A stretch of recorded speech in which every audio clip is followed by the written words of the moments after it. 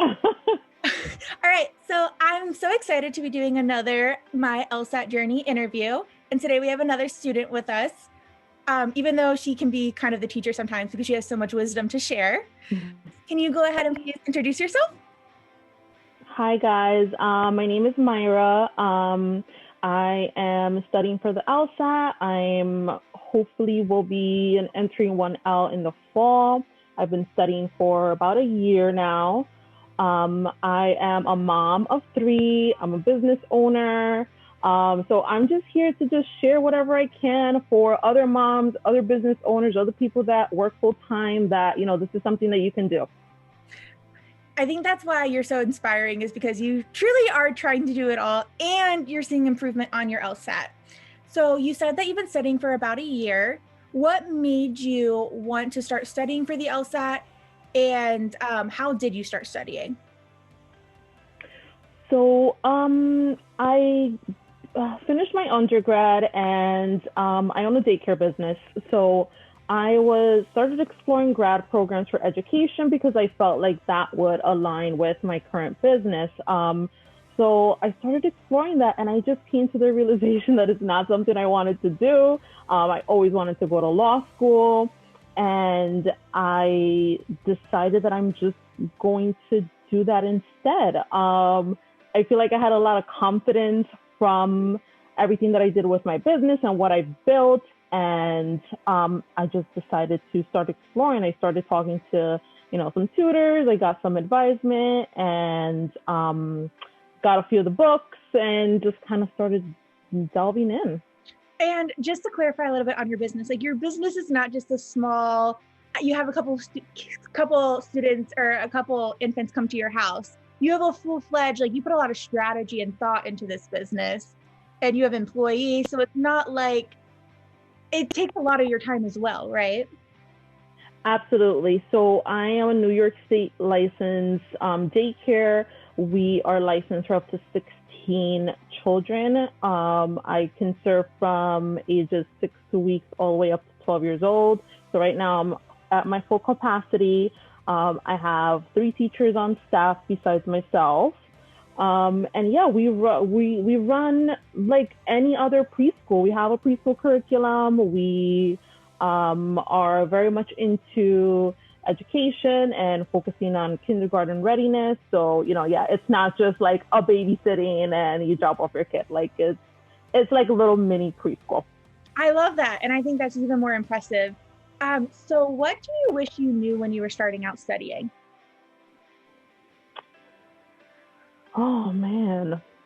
So that's a tough question for me because I believe that like information reveals itself when it's time. And sometimes if I would have known something in the beginning, maybe I wouldn't have really taken to it or I wasn't ready to digest it. So I think everything happens when it's supposed to happen. I mean, I wish I would have known that it's going to take longer than I thought it was going to take. And not to feel like the test is everything, not to just, let it be like this pressure. Like if I don't get this score, my life is over. That's not what it is. It's about the journey, and it's about, changing the way that you think, and that can take different times for different people. I think that's something I wish I would have known too, was that it's okay to take longer. I think I felt a lot of pressure from external people that aren't as familiar with the test, because whenever you start pushing back your test date, then you're potentially waiting a year to apply to school. And I was really embarrassed to tell people that I was probably going to wait a year to go to school. And a lot of people by a lot of people, maybe my parents or, family members were like, well, are you really going to go if you do it? And I think for me, when I kept pushing back my test date, it wasn't me saying like, oh, I'm not ready. It was like I was actually making progress in my studying and I knew I could do better, but I had to offer myself the grace to actually maximize my improvement, if that makes sense. But I think that external pressure was really hard for me. Have you ever felt that when you pushed back your test date, or maybe have you pushed back your test date or pushed back your, maybe when you're applying at all? And you might I not. have. So Okay. no, I did. I started studying. So like at the end of 2019, I said, okay, after the holidays, I'm going to buckle down and take the test. I was planning to take it in March because I thought, 3 months is plenty of time to get my score. Then COVID happened and March actually ended up getting canceled. Um, and then I just kind of kept pushing back and pushing back. And then it was April. And then it was, okay, let's just do June. And then I finally took July because I felt like I have to at this point. Like, I've been studying this long. Like, let's just take it. So yeah, definitely had to push back. I thought I was going to be entering last fall. And, hopefully, God willing, if everything pans out, I'll start this fall. Well, you said a lot of things. So were you afraid by pushing it back that you weren't taking it seriously or that you would never actually get there? Or were you pushing back really because you're like, I'm just not ready, but it's okay? I mean, I was upset by it a little bit because, you have a timeline and you want to meet those timelines. But I think I got to the point where I realized that it was more important to, understand the test. It was more important to get that score that I needed, get as much scholarship money as possible. So, I mean, I came to terms with it and I'm fine. And I don't think I was ever afraid not to finish. I've never been a person like to not finish what I start. So that wasn't going to happen. That wasn't a consideration. Do you have any advice to maybe younger people like myself that pushing back, we feel like maybe one day we want to get married or we want to have kids or we want to have our family. And we're like, yeah, but if I push back a year, now I'm not going to be starting law school until I'm 26, 27. And by the time I'm done with that, because you kind of feel like, it kind of seems up here like you have it all right now. Like, you're like, I have my husband, you have these wonderful kids, you have this business, and now you're going to law school. What advice do you have for people that aren't hitting their scores and that they might need to push back their test date or waiting a year for like people like myself? Does that question make sense at all? That was kind of a long-winded question to get to the point. It does. What do you have for us younger ladies that might be insecure about that? Oh my gosh. I would say, first of all, I love my children. I love my husband. I love everything, but just take advantage of that time when you don't have those extra pressures and, those extra commitments. For me, my journey has been taking so much longer, and everything that I've had to do, has taken me longer because I have the kids, I have the husband, I have the business. So just take advantage of the fact that you don't have those extra commitments. Do you, even though your journey's taken longer, have you enjoyed your journey? I think I got to a point where I did. Yes, definitely. Like after I saw my July score and it wasn't what I wanted. So what was your July score? Are you comfortable sharing? I can share. Yep. I posted it on Facebook. Yeah, I know. Yeah, that's why I you. So my July score was 144, which was 3 points less than my diagnostic score. How was that crushing? Absolutely. It like I cried. It was really bad. I probably was depressed for a little bit. Did you want to get it just fired me up. Like, I am not going to see that number again. Not going to. No, you're like, some people will be knocked down by this. You're like, no. And partly you're like, I have nothing to lose at this point, right? You're like, hopefully you can't go any farther down after, you went 3 points down from your diagnostic. Did you change anything? Oh, I think I froze. Are you still there? So after you got your July score, did your studying change at all? Yes. Okay. How did your studying look like in preparation for July, and then how did it change after July? So before July, it was very sporadic. I would go days without even looking at my books, and then, have like a cram session on a weekend. And that's just not how this test works. Like, you cannot cram for it. There's no shortcut. There's no way around it. You got to do the work and you got to do it consistently. So I changed my study habits. I got on a study schedule. You know, I'm very big on scheduling. So I got on after this, we're going to talk about your schedule. Remind me of that. Yes. So I also realized I needed a little bit more structure. So I started working more extensively with tutors, and just made sure I was sticking to my schedule. I shared my schedule with my family so they knew, hey, mommy is working these times, these days, and I stuck to it. Some days I didn't study some days I got distracted and didn't really study, but I was consistent. I think that was like a major change. And I also stopped focusing on the score, which is weird. Yes. What do you mean by that? I stopped focusing on, let me take a PT and see if I got 2 more points. Like, I didn't focus on that. I did more drilling. I did more, like, really trying to understand the material, and just not focusing on that. Like, I don't even think I did a lot of PTs before my next test. I did a lot of, like, time sections. So I did try to get myself used to the time constraints because I don't think I did enough of that also. But besides that, that's all I did. Like, and I literally got into like this Zen kind of mentality. Like, I was not going to let the test get the best of me. I wasn't going to stress about it. I just got into this really relaxed, like, good mental state. And I think that's what did it.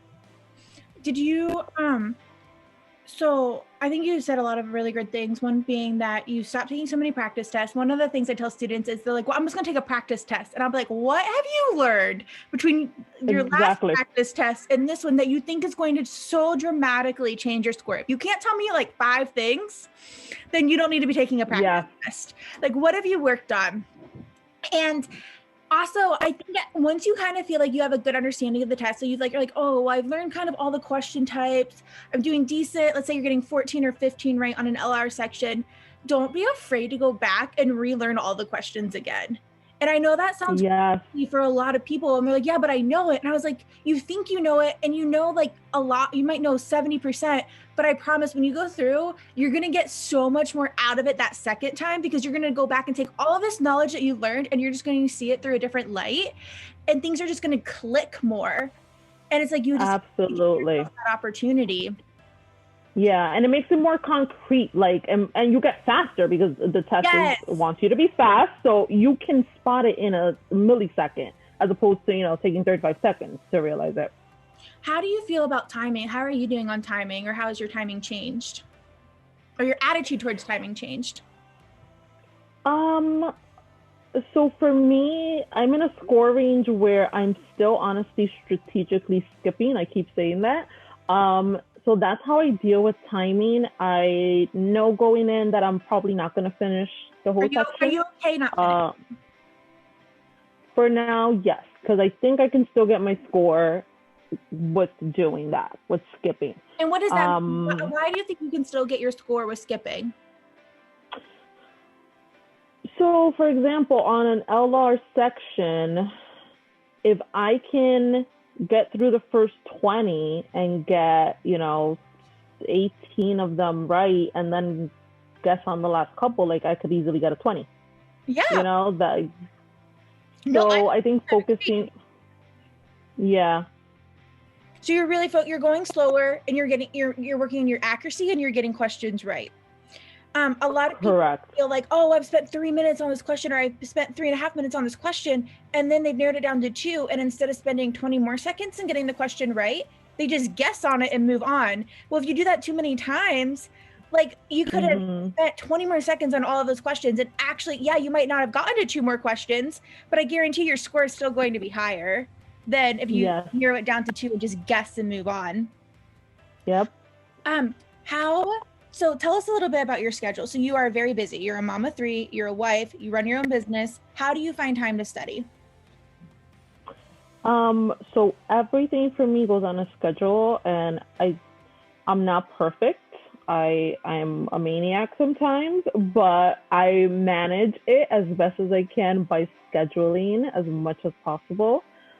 So every Sunday I'll sit down and like plan my week, and I plan literally by the hour, and I plan everything. You know, my kids' bedtime routine goes on my schedule. Me cooking them dinner goes on there. Eating dinner goes like things that are static and happen every week are just always on my schedule because that's taking up your time. So I block it out. Um, and then I kind of can see after that, once I put in all of my things that happen every single week, I see what time I have left to do everything else. And I just start blocking off, you know, different times. I'll see what classes I'm scheduled for that week, block the time off, what errands I need to do. I'll actually schedule a time. My husband told me about, he was watching something and he says, you know, millionaires don't work off of a to-do list. They actually schedule it. Like a to-do list does nothing if you don't know when you're going to do it. I reference my to-do list weekly and I find the time when I'm going to actually do that.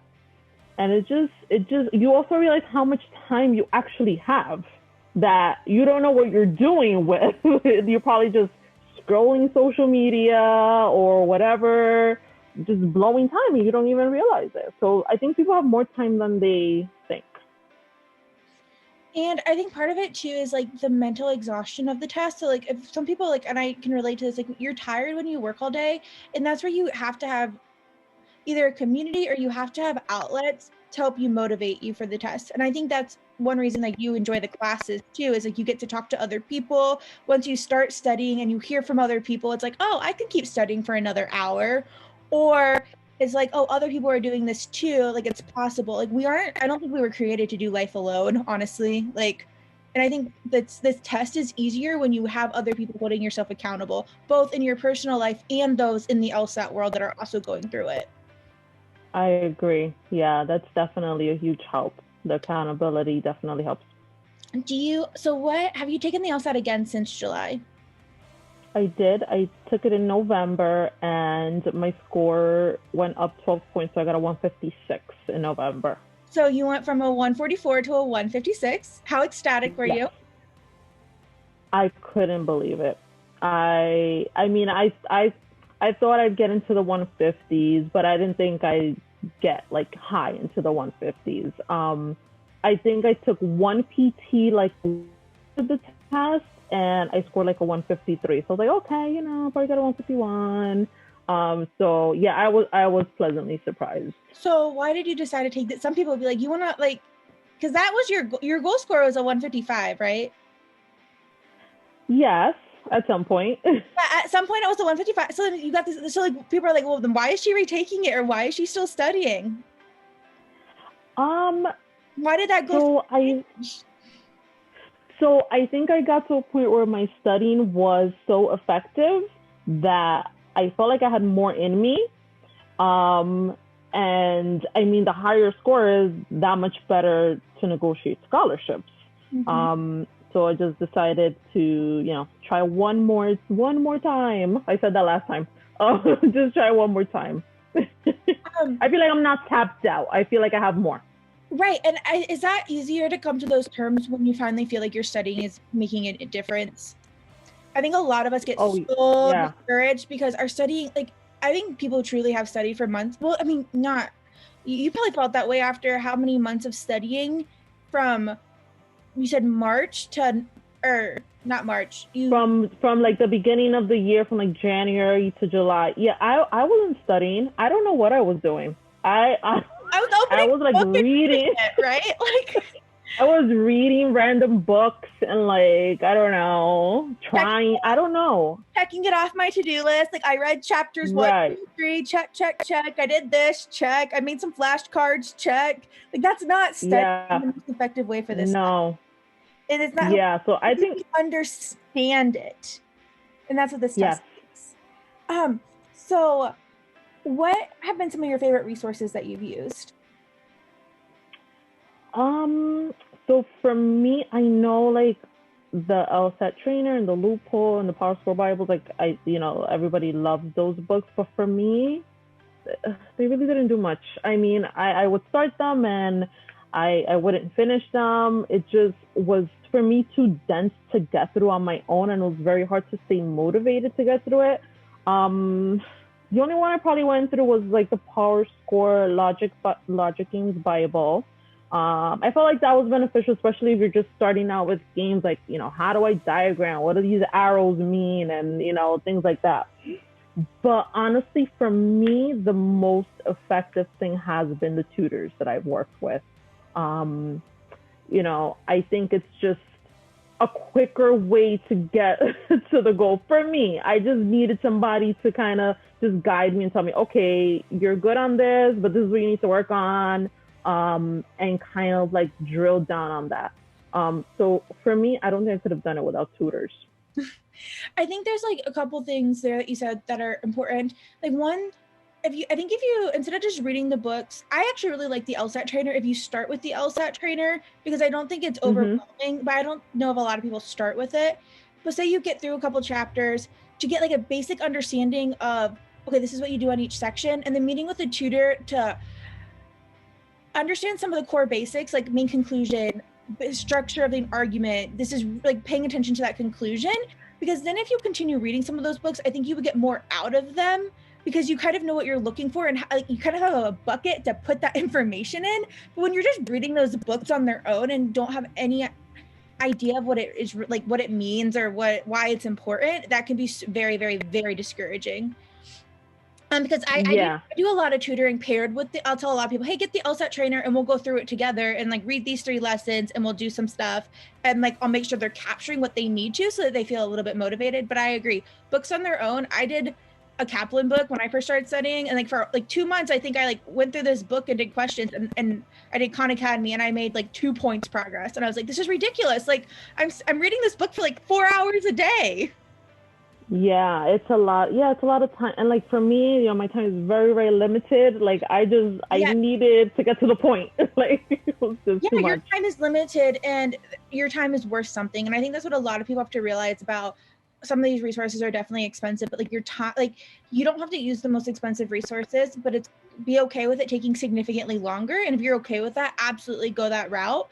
But for some people that truly full-time job, working mom, sometimes you have to have some of these resources that are going to weed through the weed, or like go through the weeds for you and figure out, hey, this is what we need you to focus on today, and you're going to see true progress. Yeah, I agree.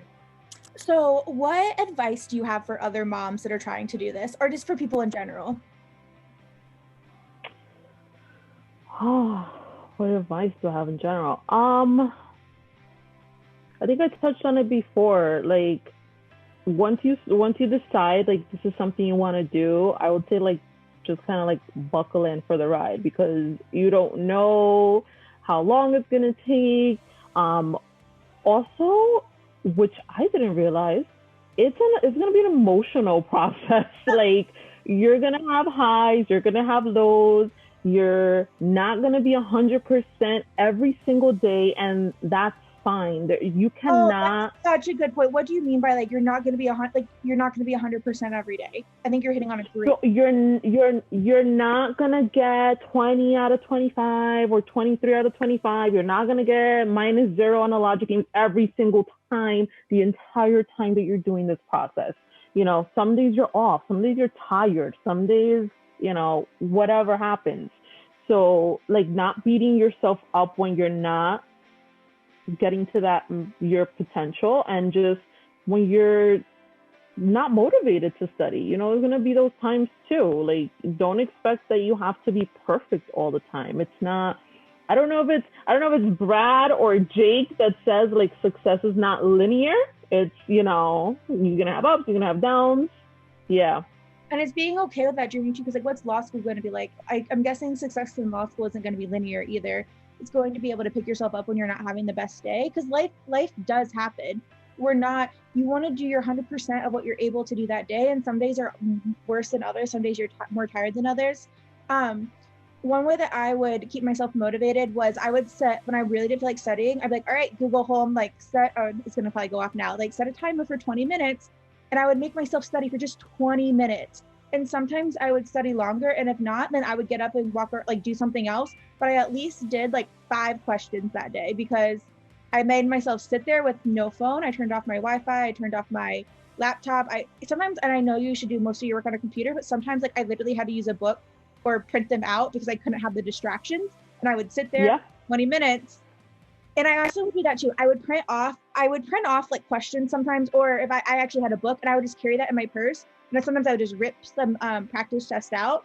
But whenever I had some extra time or my lunch break, I would just pull those out at work and I would do a couple questions or I would review them. And I always had them on me, which maybe that's weird, but I made it the easiest access for me so that I could have them ready to go. Yeah, definitely. And that kind of helps you like stay in the mindset. Because I feel like, if you go a few days without studying, you kind of like get off the ship kind of. So, yeah, exactly. Exactly. It's exactly like working out. If you miss a day, guess what? You're probably going to miss the next day. Absolutely.